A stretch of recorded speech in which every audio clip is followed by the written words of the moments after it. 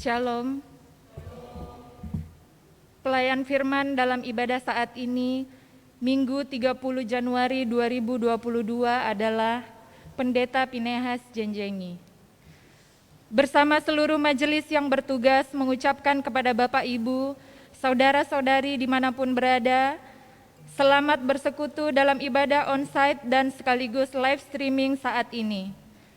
Khususnya kepada Bapak Ibu, saudara-saudari yang berasal dari jemaat lain, namun berkenan mengikuti ibadah ini. Semoga pemberitaan firman dalam ibadah saat ini memberi kekuatan baru kepada kita dan semakin meneguhkan iman dan pengharapan kita kepada Allah selama kita hidup di dunia ini. Sebelum memulaikan ibadah, kami mengajak kita semua untuk masuk saat teduh sejenak.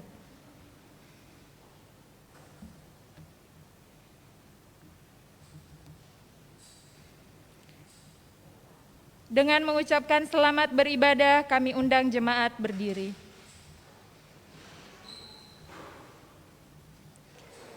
Saudara-saudara, marilah kita memuji Tuhan Allah kita dengan sungguh dan benar. Firman Tuhan berkata, "Karena engkau aku memuji-muji dalam jemaat yang besar, nasarku akan kubayar di depan mereka yang takut akan Dia.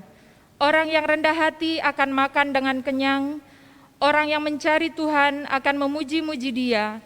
Biarlah hatimu hidup untuk selamanya." Mazmur 22 ayat 26 sampai 27. Terpujilah Allah.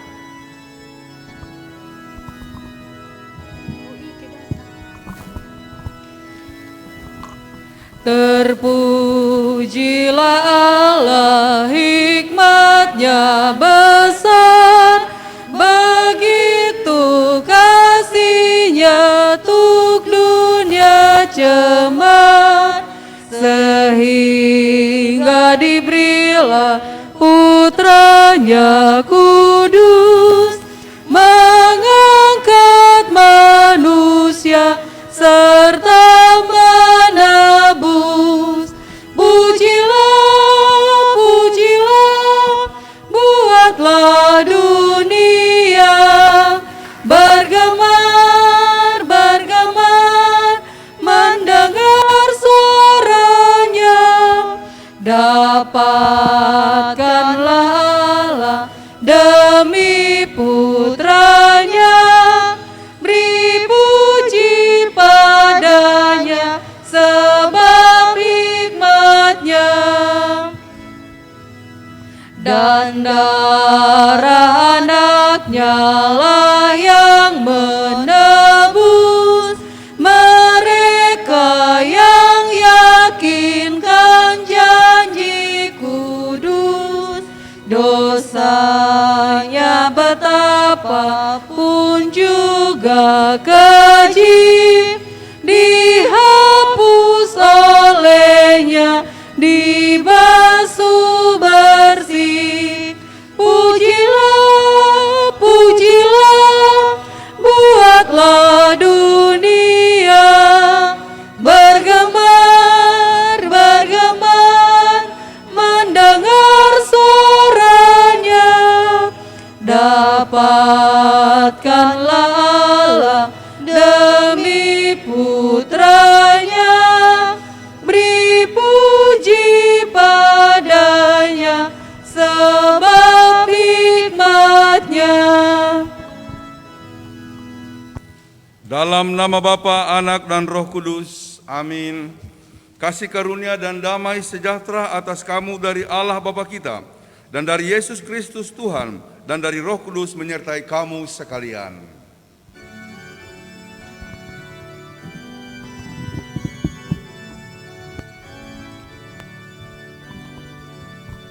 Indonesia negaraku, Tuhan yang memberikannya, ku serahkan di doaku pada Yang Maha Esa. Bangsa rakyat Indonesia, Tuhanlah pelindungnya, dalam duka serta suka Tuhan yang dipandangnya. kemakmuran, kesuburan, Tuhan saja sumbernya. Keadilan, keamanan, Tuhan menetapkannya. Silakan duduk kembali.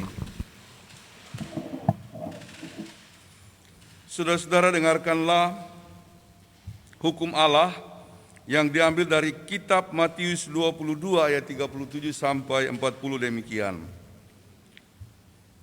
Jawab Yesus kepadanya, "Kasihilah Tuhan Allahmu dengan segenap hatimu dan dengan segenap jiwamu dan dengan segenap akal budimu. Itulah hukum yang terutama dan yang pertama. Dan hukum yang kedua yang sama dengan itu ialah, kasihilah sesamamu manusia seperti dirimu sendiri. Pada kedua hukum inilah tergantung seluruh hukum Taurat dan kitab para nabi."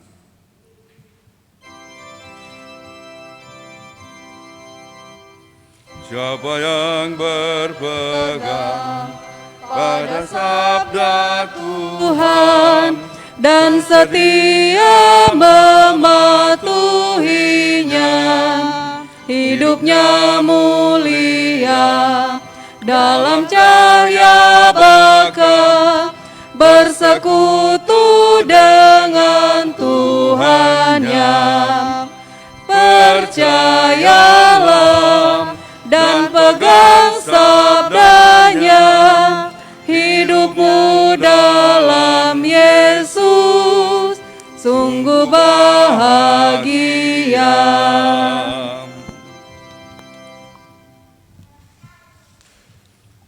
Saudara-saudara, kita masuk dalam saat pengakuan dosa. Pertama-tama diberi kesempatan kepada kita masing-masing untuk mengaku dosa secara pribadi.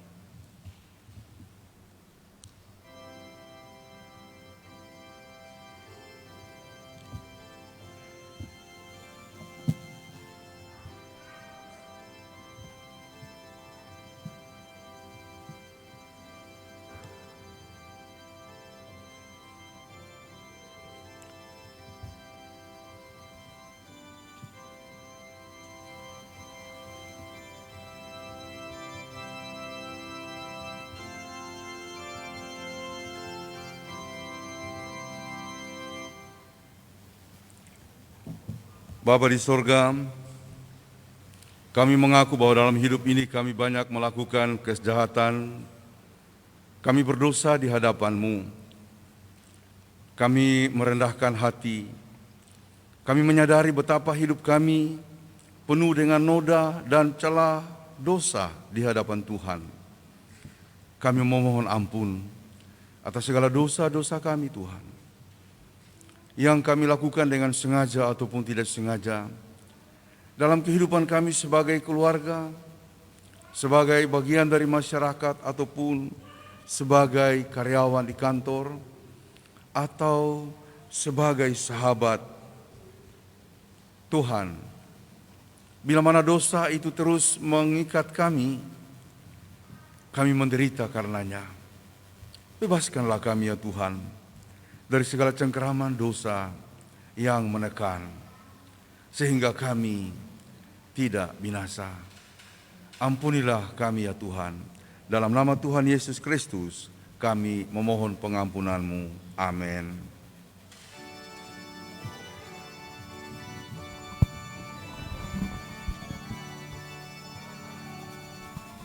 Bila ku renung dosaku padamu Tuhan, yang berulang ku lakukan di hadapan-Mu. Kasih sayang-Mu,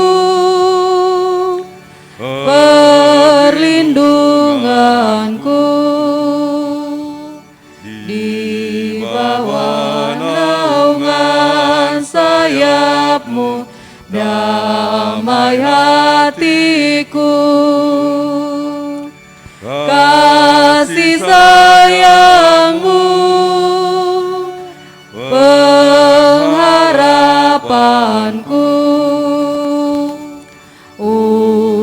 harapan kasih setiamu selalu ku rindu.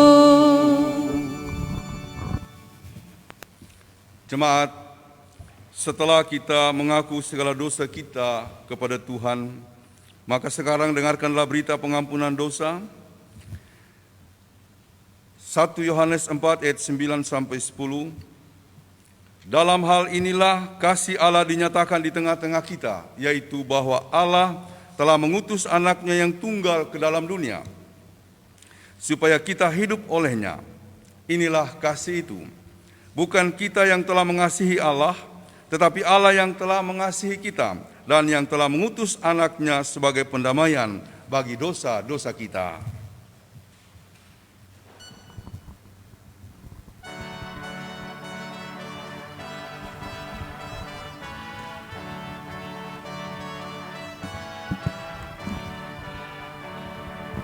Indah, mulia, bahagia penuh, bersandarkan lengan yang kekal.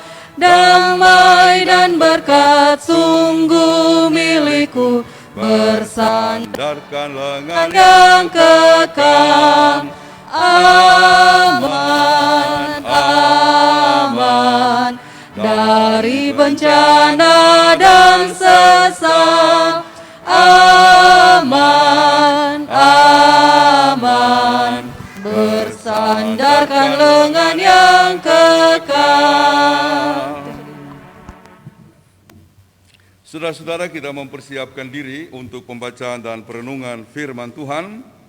Mari kita membuka pembacaan Alkitab dari 1 Petrus pasal 4 ayat 13 sampai 17. 1 Petrus pasalnya yang keempat, ayatnya yang ke-13 sampai dengan ayatnya yang ke-17.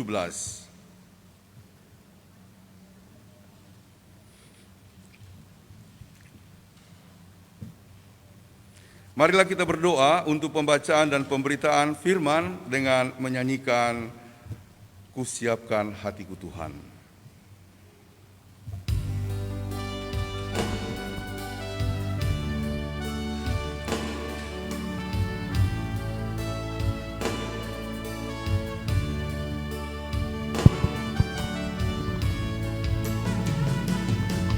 Kusiapkan hatiku Tuhan, untuk dengar firman-Mu saat ini. Ku sujud menyembah-Mu Tuhan, masuk hadirat-Mu saat ini. Curahkan urapan-Mu Tuhan bagi jemaat-Mu saat ini. Ku siapkan hatiku Tuhan, untuk dengar firman-Mu. Firman-Mu Tuhan tiada berubah,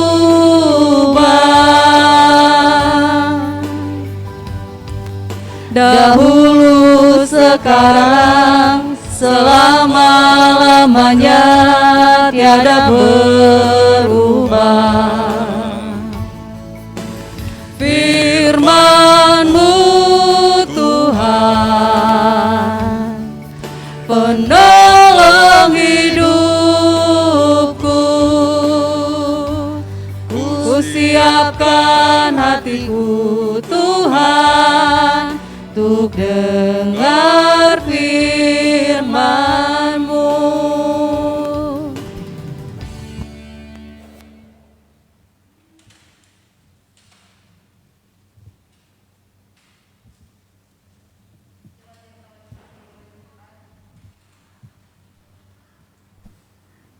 Pembacaan kita pada hari ini terdapat pada kitab 1 Petrus 4 ayat 13 sampai 17 yang diberi judul menderita sebagai Kristen. Sebaliknya, bersukacitalah sesuai dengan bagian yang kamu dapat dalam penderitaan Kristus, supaya kamu juga boleh bergembira dan bersukacita pada waktu Ia menyatakan kemuliaannya. Berbahagialah kamu jika kamu dinista karena nama Kristus, sebab roh kemuliaan yaitu roh Allah ada padamu. Janganlah ada di antara kamu yang harus menderita sebagai pembunuh atau pencuri atau penjahat atau pengacau. Tetapi jika ia menderita sebagai orang Kristen, maka janganlah ia malu, melainkan hendaklah ia memuliakan Allah dalam nama Kristus itu. Karena sekarang telah tiba saatnya penghakiman dimulai, dan pada rumah Allah sendiri yang harus pertama-tama dihakimi. Dan jika penghakiman itu dimulai pada kita, bagaimanakah kesudahannya dengan mereka yang tidak percaya pada Injil Allah? Demikian firman Allah. Yesus berkata, yang berbahagia ialah mereka yang mendengarkan firman Allah dan yang memeliharanya. Haleluya. Haleluya, haleluya, haleluya.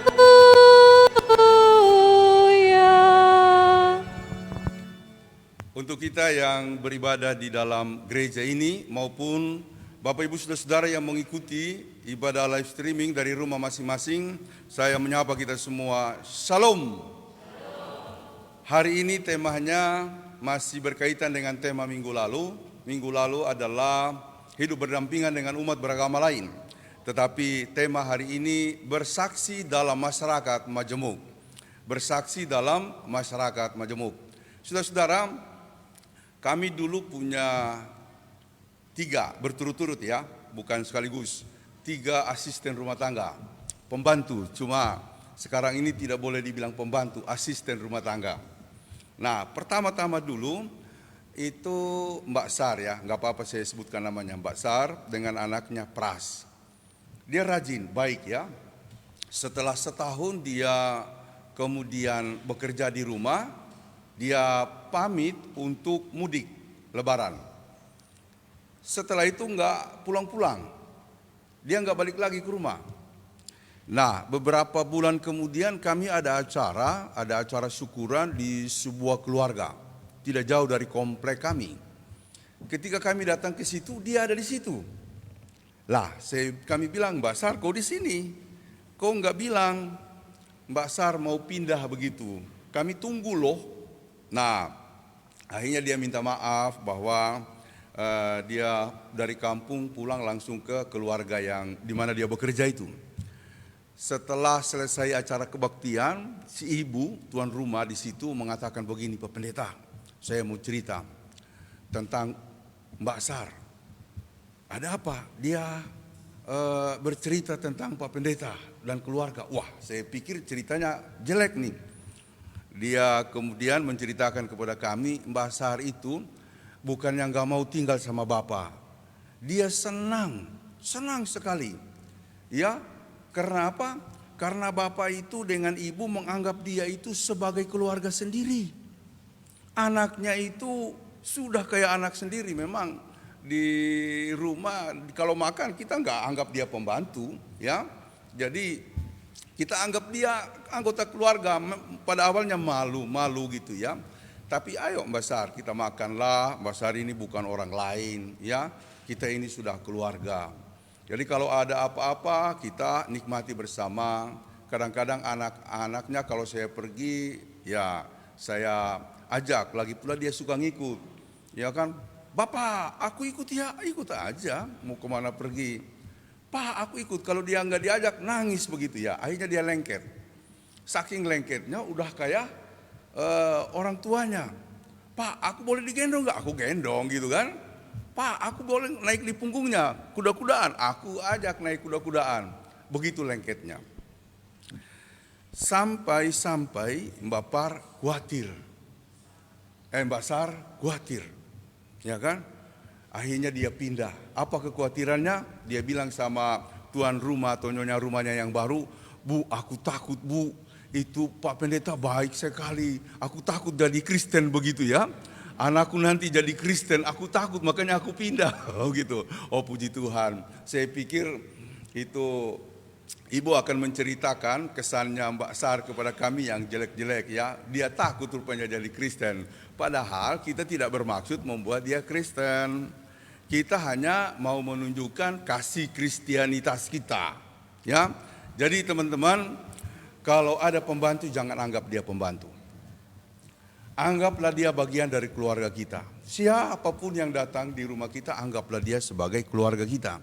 Sebab Kristus sudah menerobos, ya, sudah menerobos ya, semua sekat-sekat ya, tidak ada tuan, tidak ada hamba, tidak ada laki-laki, tidak ada perempuan, tidak ada orang Yunani, tidak ada orang Yahudi, semua kita satu sebagai ciptaan Tuhan yang melakukan firman-Nya. Begitu penjelasan Tuhan Yesus. Saudara-saudara, ada cerita-cerita lain lagi. Demikian juga dengan asisten rumah tangga yang berikutnya sampai yang ketiga. Setelah yang ketiga, bahkan yang keempat kalau tidak salah ya, itu baik sekali ya. Sampai hari ini walaupun dia udah kerja di tempat lain dan kami pindah, kami tidak mendapatkan orang yang sama.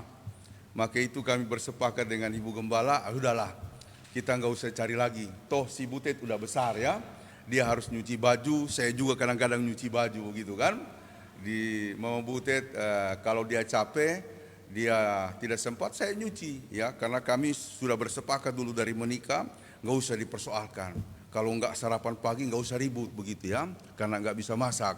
Kalaupun nanti tidak nyuci baju saya juga tidak akan ribut. Saya masih kuat kok, saya nyuci begitu kan. Kadang-kadang saya nyuci, lalu bilang, sini Om Papin saya mau nyuci, jangan, saya sudah biasa nyuci baju.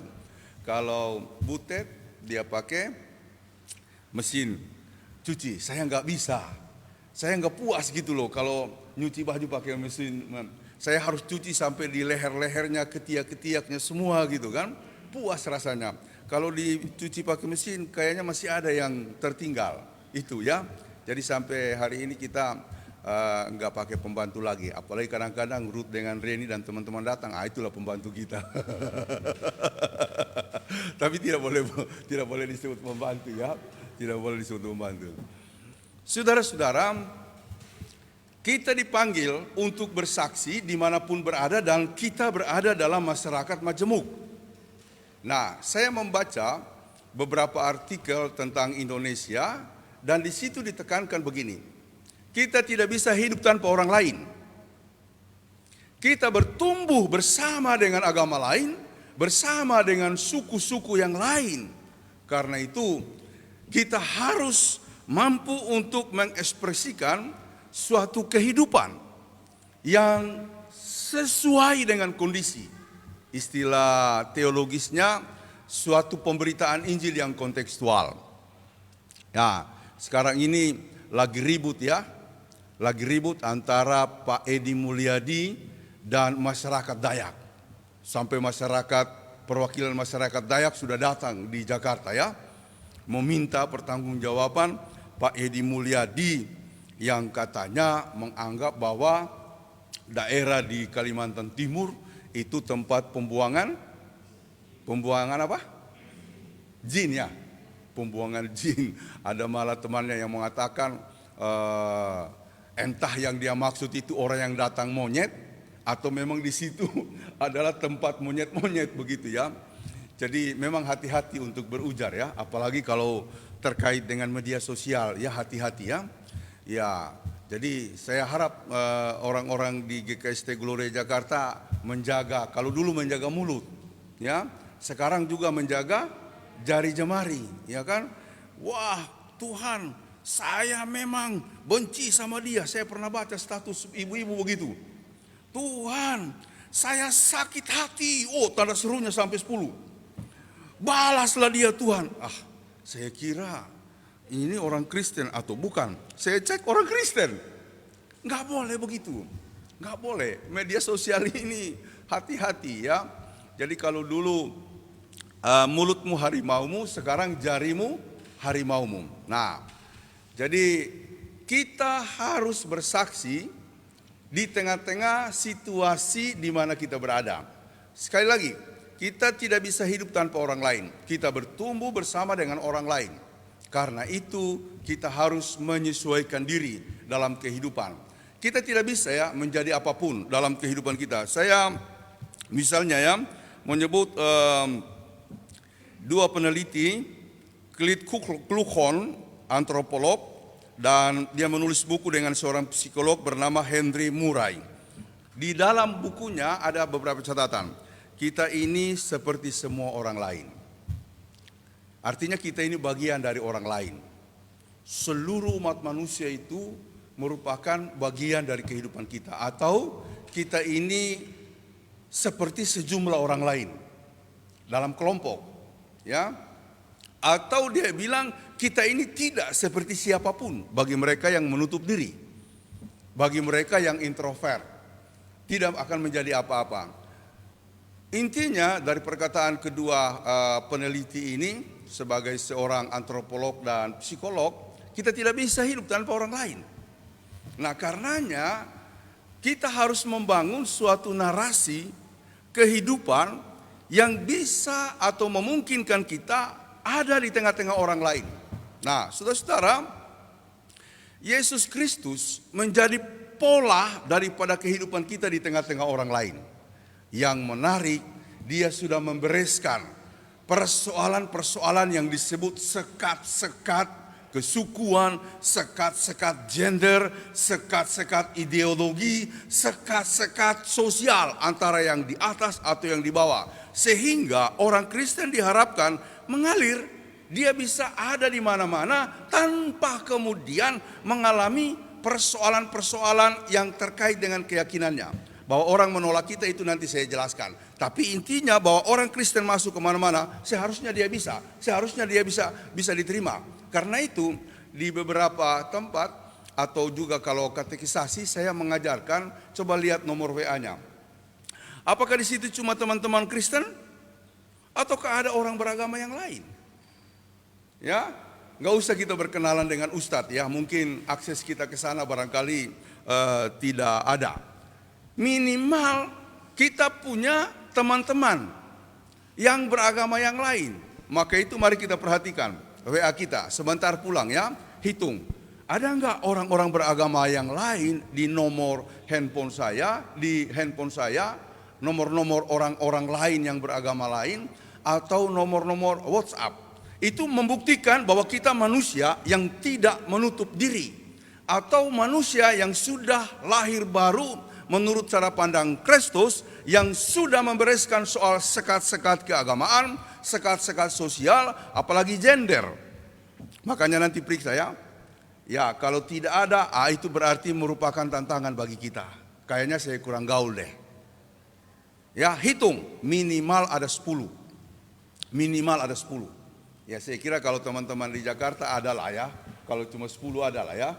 Tetapi di mana kita berada, yakni di suatu tempat yang berjumpa selalu dengan orang beragama lain, mestinya lebih dari 10.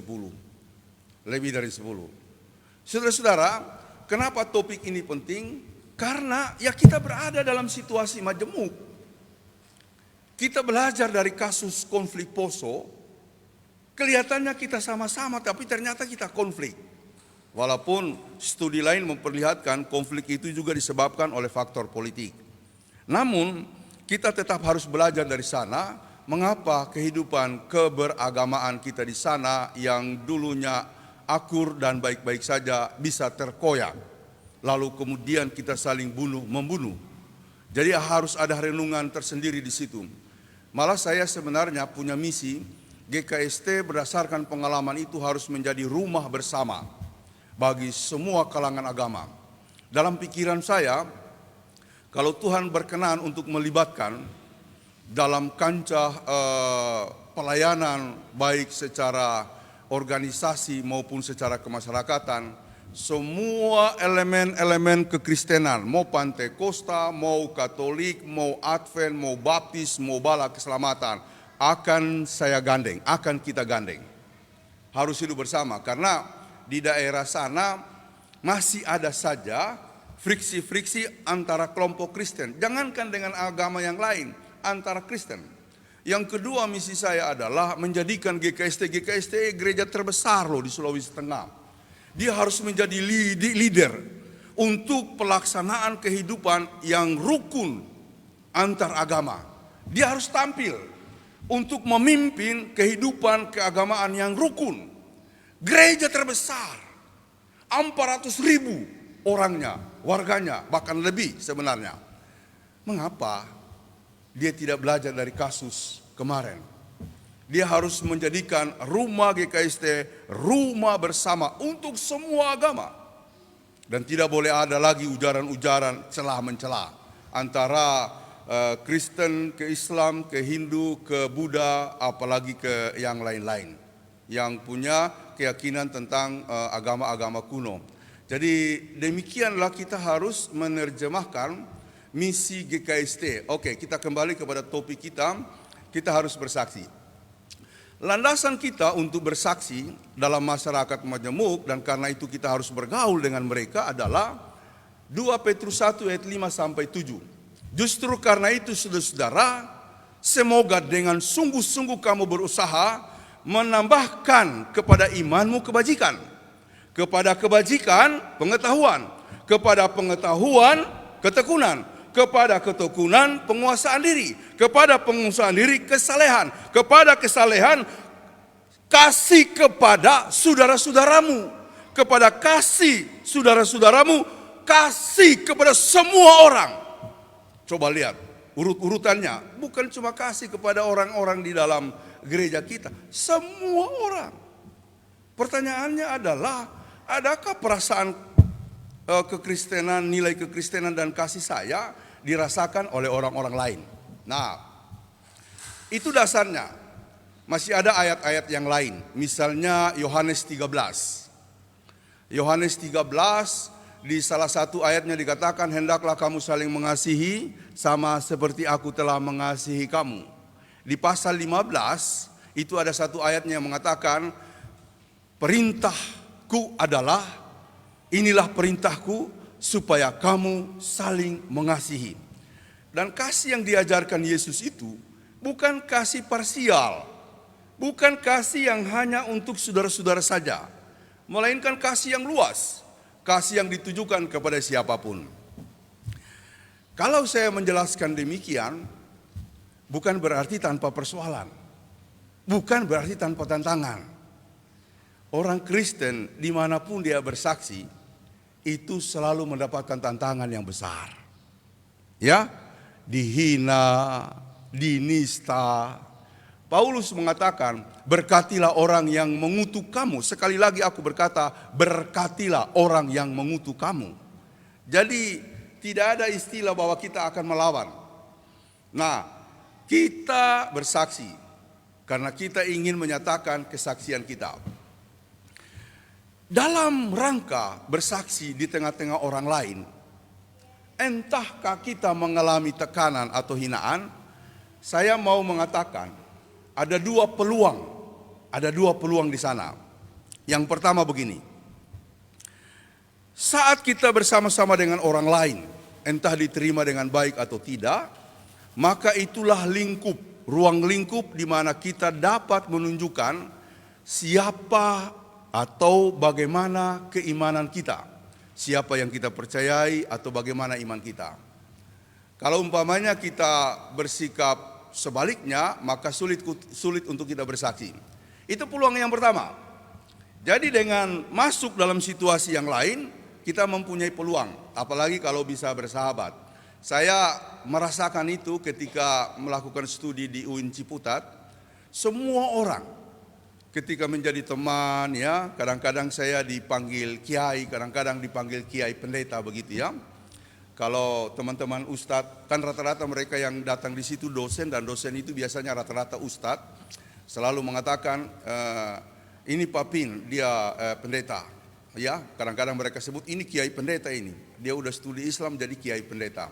Lalu anak-anak yang muda-muda itu biasa datang, ya cium tangan begini ya. Wah, saya bangga sekali dicium tangan saya begitu ya. Cium tangan, hormatnya mereka sama orang yang disebut alim ulama. Ya, pendeta itu dalam kategori mereka juga alim ulama. Mereka bertanya tentang semua hal. Papin, itu apa bedanya gereja Protestan dengan Katolik? Saya jelaskan. Apa bedanya dengan Pantekosta? Apa bedanya dengan Bala Keselamatan? Karena mereka tahu. Ya. Apa yang dimaksud dengan Trinitas? Ya saya jelaskan. Karena studi saya dari S2 dulu tentang itu. Mengapa Yesus disebut Tuhan? Padahal dia manusia. Saya jelaskan. Ya, justru dari diskusi itu saya mendapatkan makna-makna yang baru. Bagaimana pemahaman orang Kristen tentang tauhid? Saya jelaskan dari pengertian saya, tentu juga setelah kita membaca buku. Dan masih banyak yang lain lagi yang dijelaskan. Mengapa, bagaimana prinsip perkawinan, bagaimana orang Kristen memahami kekerasan dan seterusnya. Saudara-saudara, saya sadar dengan diskusi-diskusi itu saya menceritakan mengenai Yesus. Walaupun bukan untuk memaksakan orang lain percaya kepada Yesus, tetapi dengan begitu kita mempunyai peluang untuk menceritakan. Belum lagi kita hidup berdampingan. Ya kita menunjukkan kasih kita. Ya kan, kadang-kadang kita traktir. Wah hari ini kita pakai ini. Pakai persembahannya orang Kristen makan, begitu katanya ya. Pakai persembahannya orang Kristen karena pendeta yang traktir begitu ya. Nanti besok-besok sedekahnya orang Islam yang kita pakai untuk apa? Untuk makan. Ya, canda-candaan itu biasa ya. Oh, kadang-kadang kita candaannya itu sampai hal-hal yang sensitif tapi tidak ada persoalan. Misalnya, ada sahabat saya mereka sholat, lalu teman saya ngajak nemanin saya minum kopi. Teman-teman bilang, "Ustaz, sholat. Aku mau ikut Papinehas dulu, ya. Aku mau ikut surganya Papinehas begitu ya." Saya kadang-kadang bercanda sama mereka, nggak usah ajak dia udah Katolik, dia udah ikut saya bilang, ya. Soal-soal seperti itu gak ada masalah. Hubungan akrab seperti itu enak sekali. Itu peluang pertama. Peluang yang kedua, ternyata kita dapat melihat dimensi-dimensi kekristenan atau dimensi-dimensi Kristus yang tidak kita lihat di dalam kekristenan selama ini. Sebab apa? Roh Kudus juga bekerja di agama lain. Roh Kudus juga bekerja di bidang-bidang yang lain. Bukan cuma dalam gereja. Karena itu gereja tidak boleh mengklaim bahwa Roh Kudus hanya miliknya. Kores, Raja Persia, yang kemudian menaklukkan Babel.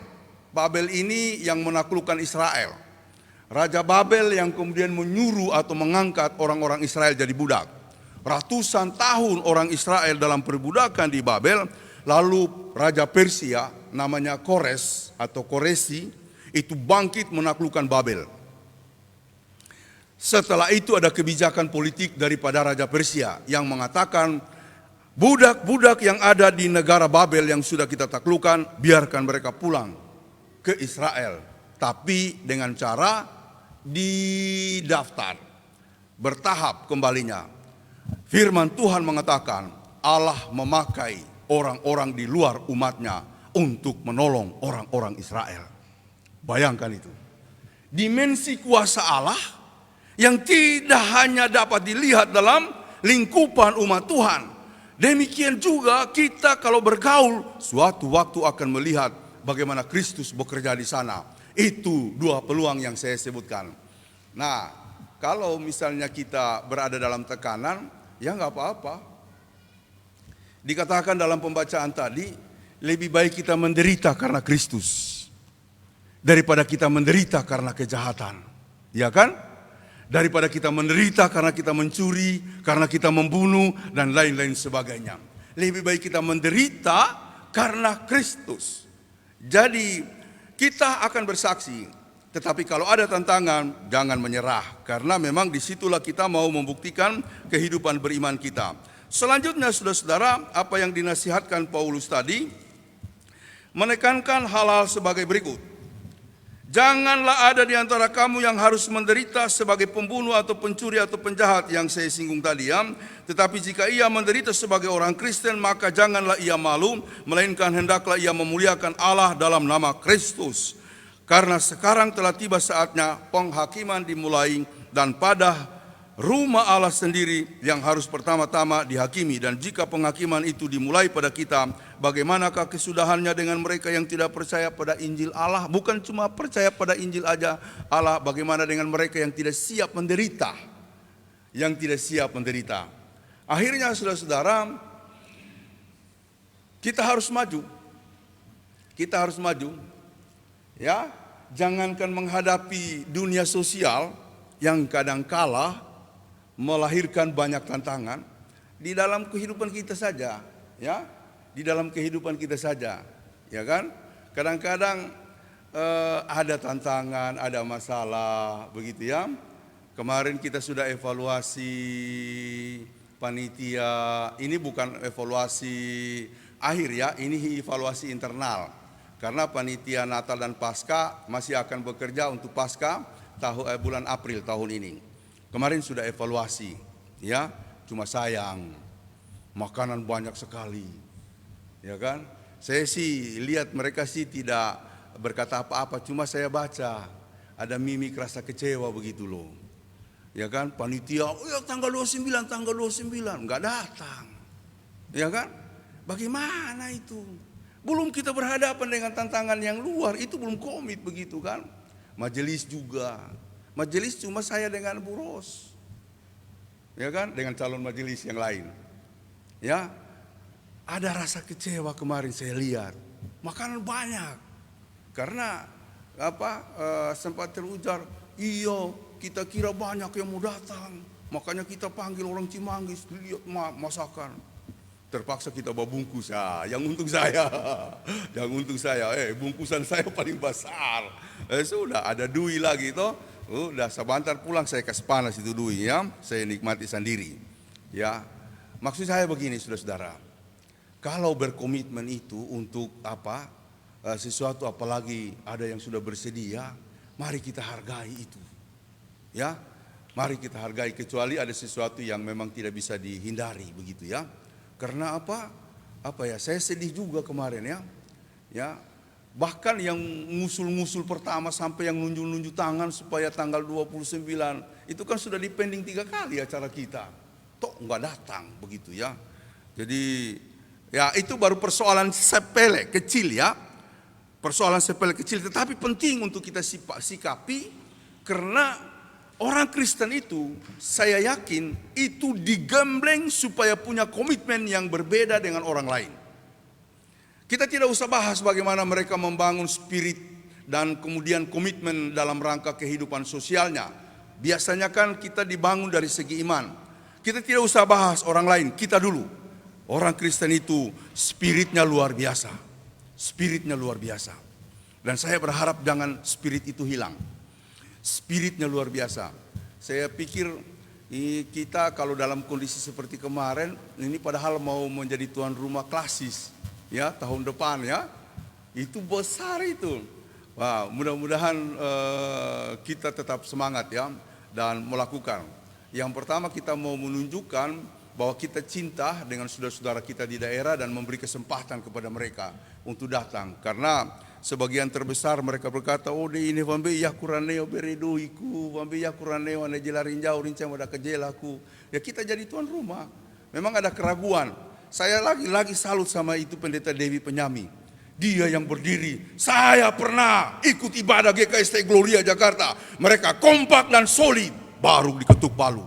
Sah, karena ada yang bersaksi. Coba kalau tidak ada Ibu Dewi, ya itu mungkin mereka ragu sampai hari ini. 2 jam mereka bahas, kata pendeta klasis. Sekarang Pepinehas telepon saya telepon harus bicara, baru lagi saya bicara setelah Ibu Dewi bicara. Agak tenang mereka begitu kan. Kami siap ya, kami siap jadi tuan rumah. Kalau kami punya kelebihan, kalau Tuhan berkenan, kalau Tuhan kasih berkat, kami akan coba bantu separuh tiketnya. Begitu saya bilang. Wah, mudah-mudahan disetujui sama majelis ini ya, atau teman-teman panitia nanti, mudah-mudahan. Saudara-saudara, maju terus ya. Jangan menyerah. Kita punya 2 peluang sekaligus. Yang pertama, bersaksi di tengah-tengah orang lain. Kita kalau umpamanya sudah bergaul, apalagi kalau relasi kita, relasi bersahabat, kita akan bisa menceritakan tanpa memaksa. Tolong hentikan langkah-langkah pekabaran Injil yang memaksa-maksa orang. Jangan kayak di Ancol dulu saya pernah lihat, kita pergi jalan-jalan, lalu si Butet waktu itu masih kecil, kemudian ada orang di situ pasang poster, ya hidup di dalam Kristus. Mulai mereka teriak-teriak, Bapak, Ibu percaya kepada Kristus? dia adalah juru selamat. Saya kira saya nggak pas dengan cara begitu. Ya, kesaksian utama orang Kristen bukan dari kata-kata atau bukan secara verbal, melainkan melalui cara hidup. Dan itulah yang dicontohkan oleh Yesus. Ya, saya mengalaminya. Kok contoh kecil tadi, Mbak Sar, rupanya dia pindah karena dia takut jadi Kristen. Padahal saya tidak mau paksa dia. Terlalu baik itu Pak Pendeta. Saya takut lama-lama saya jadi Kristen. Ya puji Tuhan. Ya, kalau dia pindah karena dia merasa baik lalu takut jadi Kristen, saya kira dia pindah karena saya jahat begitu ya, atau karena saya kejam atau kasar. Itulah kesaksian kita di tengah-tengah kondisi sekarang ini. Mari kita melanjutkan tugas pelayanan kita dalam suatu dinamika yang disebut kehidupan majemuk. Memang tidak mudah, ada tantangan, tapi sudah dijelaskan tadi, lebih baik kita menderita karena Kristus daripada kita menderita karena mencuri atau membunuh dan lain-lain sebagainya. Tuhan memberkati kita. Amin. Saudara-saudara, mari kita respon firman Tuhan ini dengan sebuah lagu yang bernafaskan rohani kebangsaan, doa kami atau doa bagi bangsa.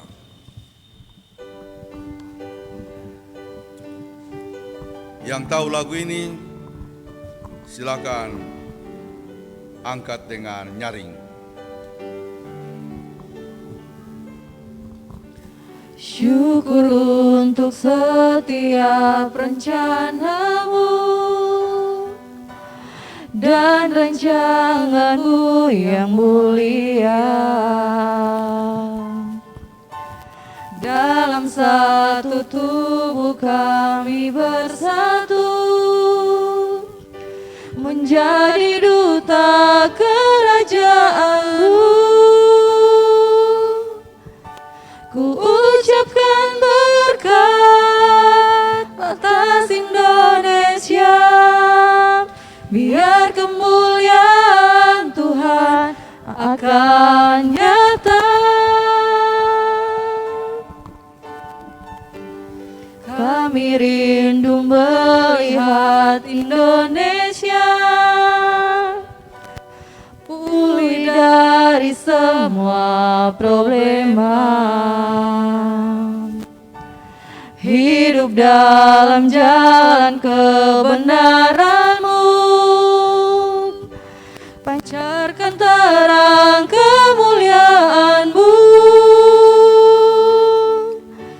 Ku ucapkan berkat atas Indonesia, biar kemuliaan Tuhan akan nyata. Bagi bangsa ini kami berdiri dan membawa doa kami kepadamu. Sesuatu yang besar pasti terjadi dan mengubahkan negeri kami. Hanya nama-Mu Tuhan ditinggikan atas seluruh bumi.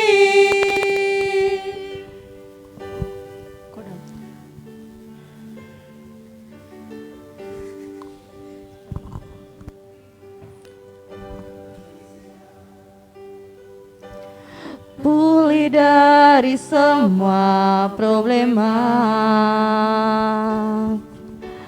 hidup dalam jalan kebenaran-Mu, pancarkan terang kemuliaan-Mu. Ku ucapkan berkat atas Indonesia, biar kemuliaan Tuhan akan nyata. Bagi bangsa ini kami berdiri dan membawa doa kami kepadamu. Sesuai sesuatu yang besar pasti terjadi dan mengubahkan negeri kami. Hanya nama-Mu Tuhan ditinggikan atas seluruh bumi. Hanya nama-Mu Tuhan. Hanya nama-Mu Tuhan ditinggikan. Hanya nama-Mu Tuhan ditinggikan atas seluruh bumi.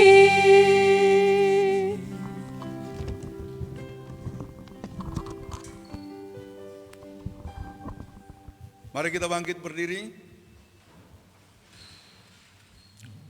Kita akan mengikrarkan pengakuan iman kita menurut rumusan pengakuan iman Nisea Konstantinopel sebagaimana tercantum dalam liturgi. Mari kita ikrarkan pengakuan iman kita secara bersama-sama. Aku percaya kepada satu Allah, Bapa yang Maha Kuasa, pencipta langit dan bumi, segala yang kelihatan dan yang tidak kelihatan, dan kepada satu Tuhan Yesus Kristus, Anak Allah yang tunggal, yang lahir dari Sang Bapa sebelum ada segala zaman, Allah dari Allah, terang dari terang, Allah yang sejati dari Allah yang sejati, diperanakan, bukan dibuat, sehakikat dengan Sang Bapa, dan dengan perantaraannya segala sesuatu dibuat, yang telah turun dari sorga untuk kita manusia dan untuk keselamatan kita, dan menjadi daging oleh Roh Kudus dan anak darah Maria, dan menjadi manusia yang disalibkan bagi kita, di bawah pemerintahan Pontius Pilatus, menderita dan dikuburkan, bangkit pada hari ketiga sesuai dengan isi kitab-kitab, dan naik ke sorga, yang duduk di sebelah Sang Bapa, dan akan datang kembali dengan kemuliaan untuk menghakimi orang yang hidup dan yang mati, yang kerajaannya takkan berakhir. Aku percaya kepada Roh Kudus yang jadi Tuhan dan yang menghidupkan, yang keluar dari Sang Bapa dan Sang Anak, yang bersama-sama dengan Sang Bapa dan Sang Anak, disembah dan dimuliakan, yang telah berfirman dengan perantaraan para nabi. Aku percaya satu gereja yang kudus dan am dan rasuli. Aku mengaku satu baptisan untuk pengampunan dosa.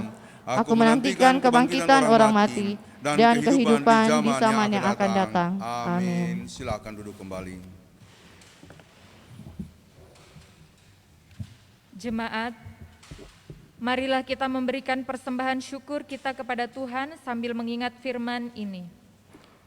Mazmur 50 ayat 3. Siapa yang mempersembahkan syukur sebagai korban, ia memuliakan aku. Siapa yang jujur jalannya, keselamatan yang dari Allah akan kuperlihatkan kepadanya. Pandanglah Yesus Tuhan.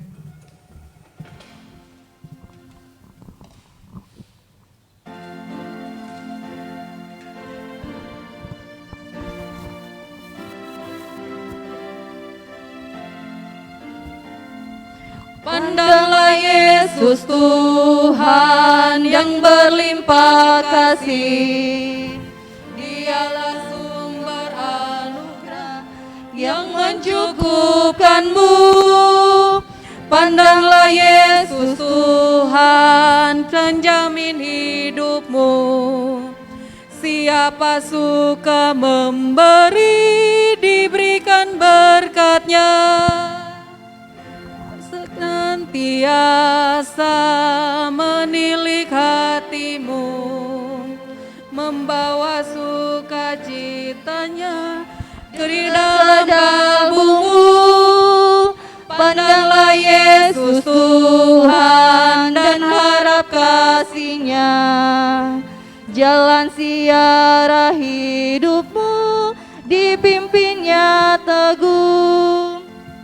Pergi dan bagikanlah buah iman dari hati yang bersyukur bagi sesamamu. Di dalam Roh Suci-Nya engkau dikuatkan. Di jalan gelap dan bahaya Dia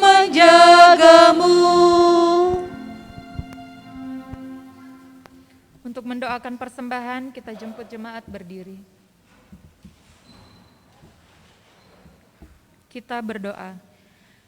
Ya Tuhan, inilah persembahan syukur yang kami persembahkan kepadamu sebagai tanda terima kasih atas segala berkat Tuhan di dalam kehidupan kami.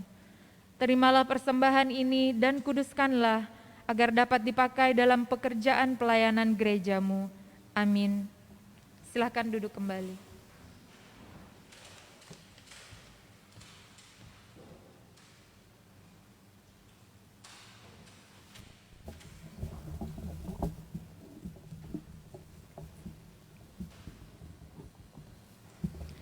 Shalom. Mohon perhatiannya sejenak untuk beberapa pokok warta jemaat hari ini, Minggu 30 Januari 2022. Kami mengucapkan terima kasih kepada pelayan firman Bapak Pendeta Pinehas Jenjengi, majelis bertugas dalam ibadah hari ini, kelompok puji-pujian, operator kamera dan alat live streaming. Tuhan memberkati pelayanannya. Mohon dukungan dari jemaat sekalian untuk saudara-saudara kita yang berada dalam keadaan sakit maupun dalam proses pemulihan. Semoga jamahan tangan Tuhan memulihkan dan menyembuhkan saudara-saudara kita yang namanya tercantum maupun tidak dalam pokok-pokok doa syafaat. Doa orang benar bila dengan yakin didoakan besar kuasanya. Yakobus 5 ayat 16b. Kebaktian minggu depan, Minggu 6 Februari 2022, pukul 10 WIB, pelayan firman Bapak Pendeta Pinehas Jenjengi. Ibadah minggu depan akan dilaksanakan secara onsite dan live streaming melalui akun Facebook grup GKST Jemaat Gloria Jakarta. Mohon agar jemaat tidak melewatkan kesempatan beribadah ini dan mengikuti dan beribadah bersama keluarga di rumah masing-masing. Majelis Jemaat mengucapkan selamat ulang tahun kepada warga jemaat yang berulang tahun kelahiran dan keluarga-keluarga yang merayakan ulang tahun pernikahan sejak tanggal 24 sampai dengan 30 Januari. Ulang tahun kelahiran 24 Januari Penatua Ibu Yurin Sumoga. 26 Januari Penatua Ibu Rosiana Tobondo Tagoa. 28 Januari Bapak Simon Pagala. 28 Januari Saudari Elsia Pooa. Warta nikah. Jika Tuhan berkenan dan tidak ada keberatan dari jemaat majelis, jemaat yang akan melayangkan ibadah peneguhan dan pemberkatan nikah bagi calon mempelai Beni Gideon dan Meiti Shirley Leadani pada Sabtu 12 Februari 2022 pukul 16 WIB bertempat Resto Bumbu Desa Kota Harapan Indah Bekasi. Pelayan firman Bapak Pendeta Pinehas Jenjengi dan Majelis Jemaat GKST Gloria Jemaat. Mohon dukungan doa jemaat.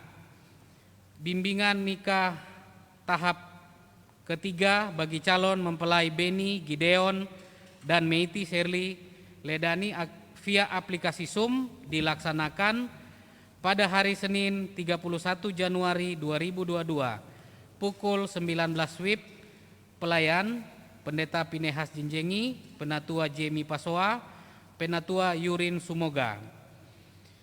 Bimbingan nikah tahap ketiga bagi calon mempelai Angga Adi Wardana dan Sarah Sofia Lumunon via aplikasi Zoom dilaksanakan pada hari Jumat 4 Februari 2022 pukul 19 WIB.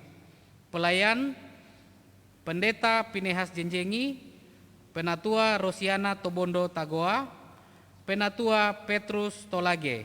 Mohon dukungan jemaat. Warta pemuda.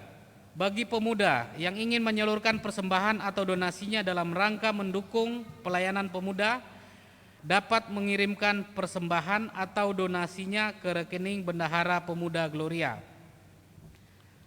Warta Panitia Pengadaan Sarana atau Rumah Ibadah Jemaat GKST Gloria Jakarta dan info keuangannya dapat dilihat dalam kolom Panitia Pembangunan Warta Jemaat Gloria yang diedarkan dalam bentuk PDF. Warta Keuangan Jemaat GKST Gloria Jakarta dapat dilihat dalam terakhir warta jemaat yang diedarkan dalam bentuk PDF. Himbauan, demikian demi menjaga kebersihan gereja ini dan lingkungannya, kami menghimbau kita semua agar membuang sampah pada tempatnya. Demikian warta jemaat, atas perhatiannya diucapkan terima kasih. Tuhan memberkati kita semua. Saudara-saudara, kita akan menaikkan pokok-pokok syafaat kita kepada Tuhan. Mari kita merendahkan hati kita berdoa. Tuhan Bapa di sorga, terima kasih untuk ibadah hari ini dan pemberitaan firman-Nya yang boleh terlaksana dalam tuntunan dan perkenan Tuhan. Kami memohon kepadamu, berkatilah GKST Gloria Jakarta bersama Pospel Cibubur dan Pospel Haleluya Bekasi. Berkati para pelayan-pelayanmu, para majelisnya, bahkan pengurus komisi, serta guru-guru sekolah minggu yang bekerja melaksanakan panggilan Tuhan melalui pelayanan-pelayanan di gereja ini dan pospel-pospelnya. Kami berdoa Tuhan, berkatilah dan pulihkanlah saudara-saudara kami yang sakit, di antaranya Ibu Velma Paswa Valenta, Bapak Rosano Robert Bungkundapu. Kami juga mendoakan seorang hamba Tuhan dari GKST yang masih berobat di Rumah Sakit Ibnu Sina Makassar, melaksanakan atau mengikuti kemoterapi, Bapak Pendeta Oscar Tumonggi. Kami mendoakan Saudari Elfri Yanti Koleba, Saudari Selvi Tunggai, Saudari Evelyn Putri Ranuntu yang berobat di RSCM didampingi oleh ayah dan ibunya.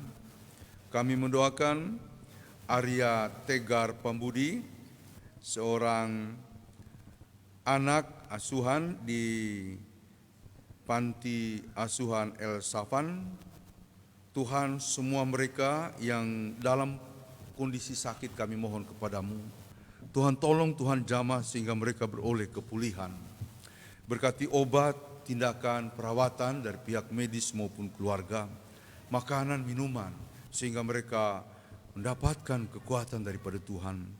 Yang dalam pemulihan, Saudara Willy Bow, Saudara Marcel Mangelam, Bapak Hans Tondawani, Bapak Aan Toli, Bapak Pendeta M.Y. Kasodu, Bapak M. Cenubi, dan Bapak Yare Mosepe.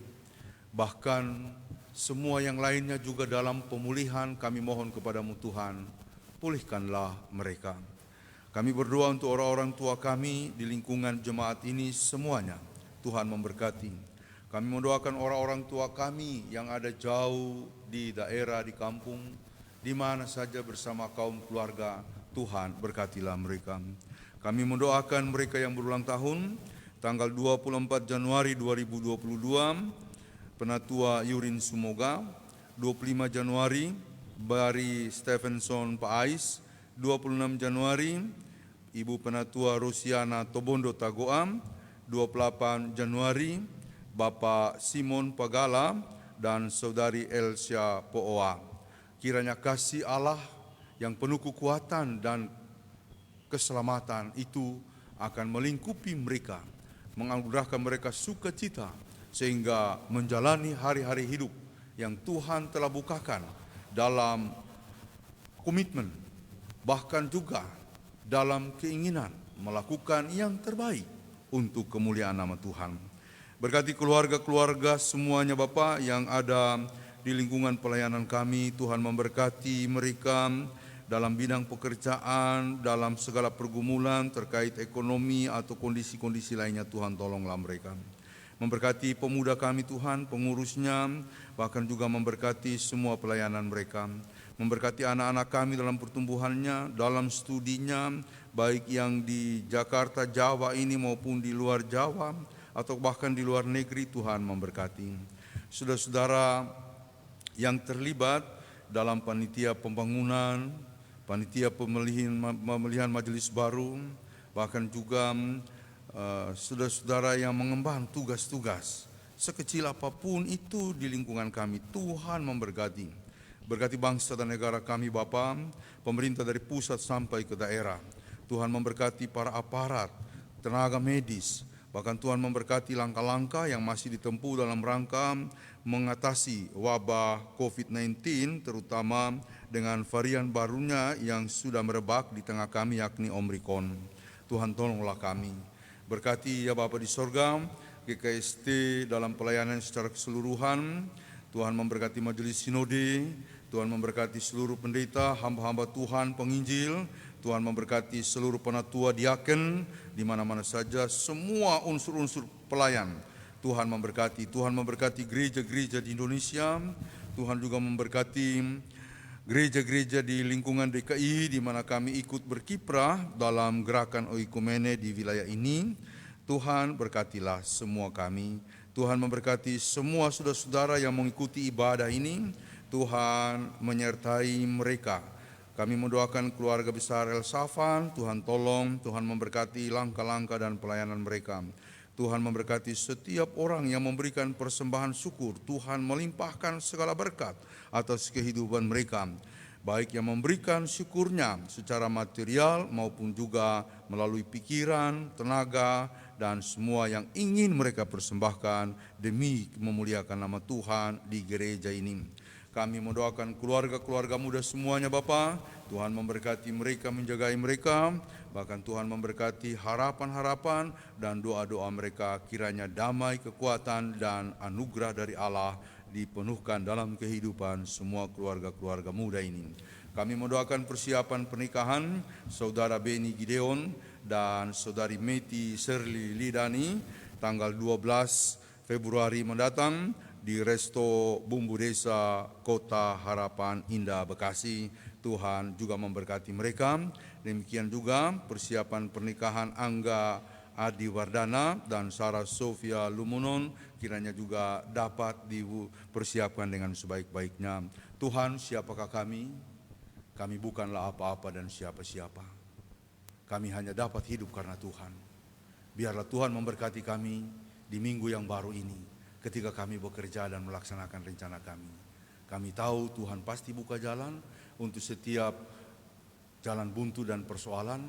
Kami tahu Tuhan akan memberikan berkat-Mu pada setiap orang yang melaksanakan panggilan hidupnya, panggilan pekerjaannya, panggilan pelayanannya, tanpa pernah menyerah. Inilah syukur kami Bapa. Kami panjatkan kepadamu hanya di dalam nama Tuhan Yesus Kristus yang mengajarkan kami berdoa bersama-sama. Bapa kami yang di sorga, dikuduskanlah namamu, datanglah kerajaanmu, jadilah kehendak-Mu di bumi seperti di sorga. Berikanlah kami pada hari ini makanan kami yang secukupnya, dan ampunilah kami akan kesalahan kami, seperti kami juga mengampuni orang bersalah pada kami. Dan janganlah membawa kami ke dalam pencobaan, tapi lepaskanlah kami daripada yang jahat, karena Engkau yang punya kerajaan dan kuasa dan kemuliaan sampai selama-lamanya. Amin. Mari kita bangkit berdiri.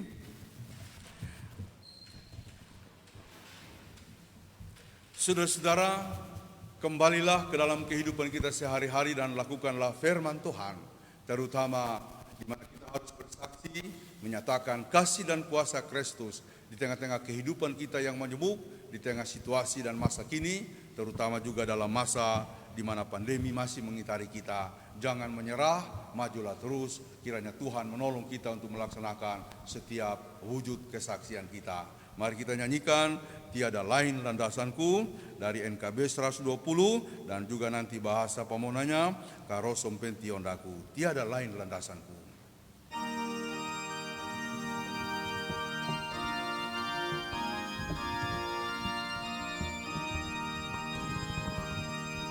Tiada lain landasanku, hanyalah pada darah-Mu.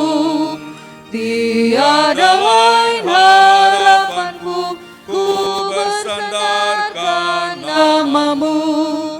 Kristuslah batu karangku di atas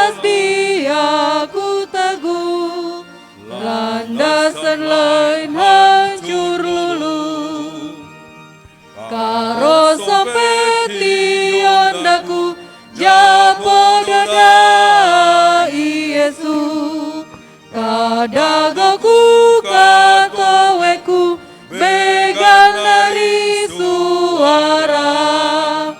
Yesu roh kamaroso kato aku katodoku. Yesu roh kamaroso. Arahkan hati dan pikiranmu kepada Tuhan dan terimalah berkat-Nya. Kasih karunia Tuhan Yesus Kristus dan kasih Allah dan persekutuan Roh Kudus menyertai kamu sekalian. Amin. Amin. Amin. Amin.